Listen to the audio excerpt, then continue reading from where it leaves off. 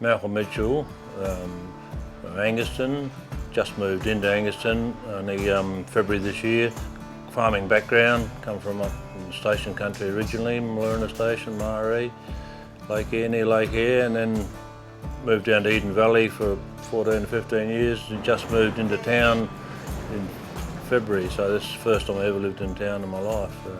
Yeah, I was born out there and went to my schooling and worked there for 30 odd years, so pretty much what I know is a desert country.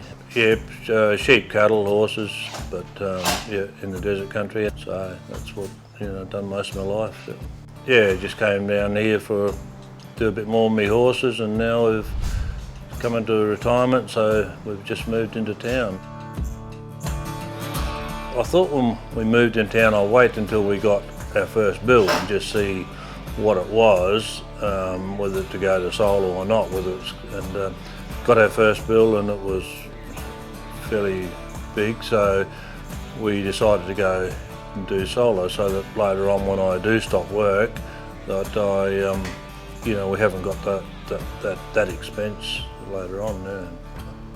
It was a pretty big bill. That first bill we got was $1,000 for a quarter, and we thought we can't afford that, so that's why we decided to go solar. Yeah.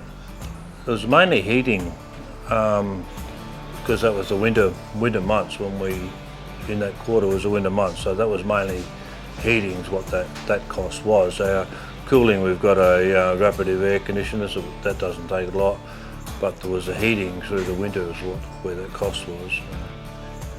It's got upfront cost, but we're hoping that we can pay for this in 4 years, 4.5 years, and then we won't have those bills when I stop working. So it's not cheap to put in, but down the road it's going to be a big saving. Yeah.